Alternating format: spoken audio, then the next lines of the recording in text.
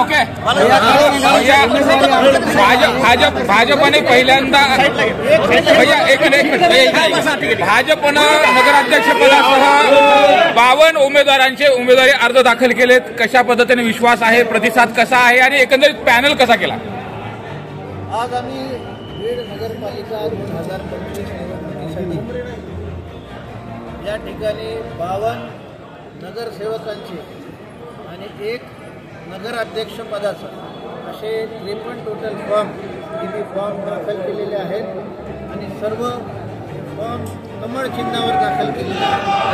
बीडमध्ये मला वाटतं पहिल्यांदाच इतिहासात सर्वोच्च सर्व अर्ज कमळ चिन्हावर या ठिकाणी दाखल केलेले आहेत आणि प्रचंड उत्साहात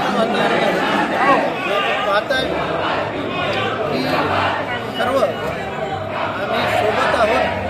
या पक्षाचे जिल्हाध्यक्ष शंकरजी देशमुख आमच्यासोबत आहेत, शहराध्यक्ष नवनाथ अण्णा आहेत, आमच्या आदित्यजी सारडा आहेत, सलीमजी जहांगीर, ऋषभभाई, सर्व पदाधिकारी या ठिकाणी आणि उमेदवार सर्व या ठिकाणी उपस्थित आहेत. लगेच आम्ही प्रचाराची सुरुवात करणार आहोत आणि चांगल्या बहुमतानं आपल्याला बीड नगरपालिकेत कमळ फुललेलं यावेळेस दिसेल. मात्र एकंदरीत जर बघितलं तर ही मोठ बांधली आणि एका दिवसामध्ये ही सगळी मोठ बांधली. एका दिवसामध्ये काही घडामोडी आपल्याला माहिती अशा झाल्या की पक्षीय स्तरावर आम्हाला अडचणी आल्या.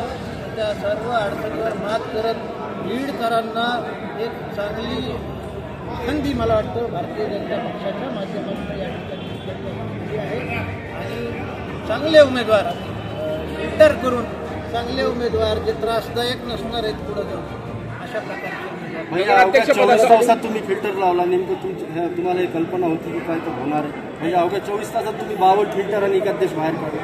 असं ठरवून काय झालेलं शेवटपर्यंत पक्षीय प्रोसेसमध्ये होतं.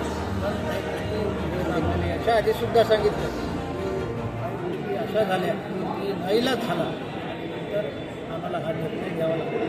पण तरीसुद्धा माझा विश्वास आहे बीडकर गेली 30-35 वर्ष जो आमचा विश्वास दाखवत आहे तो यावेळेससुद्धा दाखवतील. यावेळेस तर अजून उत्स्फूर्तपणे दाखवतील. कारण का आम्ही जे कॅन्डिडेट दिलेले आहे तसं नगराध्यक्षपदासाठी एक डॉक्टर ॲनेस्थेटिस्ट असलेला डॉक्टर ज्योती गुप्ते यांना या ठिकाणी नगराध्यक्षपदाची उमेदवारी दिलेली आहे.